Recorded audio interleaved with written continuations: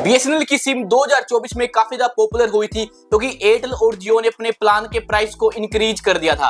But अब 2025 आ चुका है और काफी सारी चीजें चेंज हो चुकी हैं, जिसमें नए प्लान्स भी आए हैं और नेटवर्क के अंदर भी काफी बड़ा अपग्रेड किया गया है। तो क्या 2025 में आपको बीएसएनएल सिम लेनी चाहिए? इसके नए प्लान्स क्या हैं? 4G और 5G की क्या सिचुएशन है, इसके अंदर नेटवर्क कैसा रहने वाला है, उसको लेने के फायदे होंगे या फिर नुकसान होंगे, हम इसका पूरा जानने वाले हैं डिटेल्स 2025 में बीएसएनएल सिम के बारे में। सबसे पहले बात करते हैं बीएसएनएल सिम के प्राइस की। बीएसएनएल सिम का प्राइस बिल्कुल फ्री होने वाला है। आप बीएसएनएल के स्टोर से जाकर या फिर इनके ऑफिस से जाकर इसको परचेस कर सकते हैं। बीएसएनएल सिम तो फ्री है बट आपको इसके साथ फर्स्ट रिचार्ज करवाना पड़ेगा। इसमें 2 FRC के प्लान आते हैं, उसके बाद ही कंप्लीट सिम एक्टिव होने वाली है। ये दोनों जो प्लान है, ये जो नॉर्मल प्लान है, उन सभी से डिफरेंट देखने को मिलते हैं।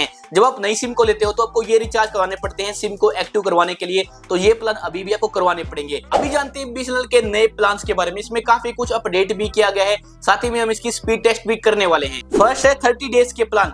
107 रुपए में 3 GB 35 दिनों के लिए 200 मिनट कॉल, 147 का 10 GB 30 डेज के लिए अनलिमिटेड कॉल, 187 का 1.5 GB पर डे 28 डेज के लिए अनलिमिटेड कॉल, 199 का 2 GB पर डे 30 डेज के लिए अनलिमिटेड कॉल, 299 का 3 GB पर डे 30 डेज के लिए अनलिमिटेड कॉल। अभी जानते हैं 2 मंथ के प्लान के बारे में। 319 का 10 GB 65 डेज के लिए अनलिमिटेड कॉल, 347 का 2 GB पर डे 54 डेज के लिए अनलिमिटेड कॉल। अभी जानते हैं 3 मंथ के प्लान के बारे में। 411 का 2 GB पर डे 90 डेज के लिए, 485 का 1.5 GB पर डे 82 डेज के लिए अनलिमिटेड कॉल, 439 का 90 डेज के लिए अनलिमिटेड कॉल, 599 का 3 GB पर डे 84 डेज के लिए अनलिमिटेड कॉल। अभी जानते हैं 1 ईयर के प्लान के बारे में। 1198 का 3 GB मंथ 365 डेज के लिए 300 मिनट कॉल, 1498 का 24 GB 336 डेज के लिए अनलिमिटेड कॉल, 1999 का 600 GB 365 डेज के लिए अनलिमिटेड कॉल, 2399 का 2 GB पर डे 395 डेज के लिए अनलिमिटेड कॉल। ये थे वो सारे बीएसएनएल के प्लान जो कि आप डिफरेंट टाइम के ऊपर करवा सकते हैं। इसमें काफी कुछ अपडेट भी किया गया और कुछ प्लान को हटाया भी किया है। अगर आप इन प्लान का कंपैरिजन करोगे जियो, एयरटेल और वी के साथ,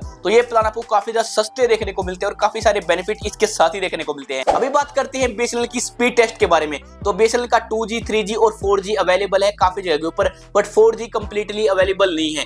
4G कुछ जगह के ऊपर ही अवेलेबल है, बट मोस्टली इसका 3G और 4G सेम सा ही काम करता है। 5G फिलहाल इसका आया नहीं है, बट इसके चांस है कि 1-2 साल के अंदर इसको लॉन्च कर सकते हैं। जो इसका 4G है, ये सारी जगह के ऊपर नहीं आया है, सिर्फ कुछ लोकेशन के ऊपर ही आया है और कुछ जगह के ऊपर जो आ चुका है वहां पर अच्छी से स्पीड से काम नहीं करता है। तो स्पीड टेस्ट के अंदर देख सकते हो लगभग 8.5 MBPS के आसपास की आपको डाउनलोड स्पीड देखने को मिल रही है, और जो आप इसकी अपलोड स्पीड देखोगे तो लगभग 4 MBPS के आसपास की आपको अपलोड स्पीड देखने को मिलती है, जो कि काफी ज्यादा कम ही देखने को मिलती है। ये इसके फिलहाल 4G के ऊपर काम कर रहे हैं, उसका 3G और 4G क्या डिफरेंस है इसका वो खास पता नहीं लगने वाला है, यानी कि स्पीड बहुत ही कम देखने को मिलती है। अगर आप इसका जियो, एयरटेल और वी से कंपैरिजन करोगे तो उनके मुकाबले में स्पीड लगभग खराब ही देखने को मिलती है।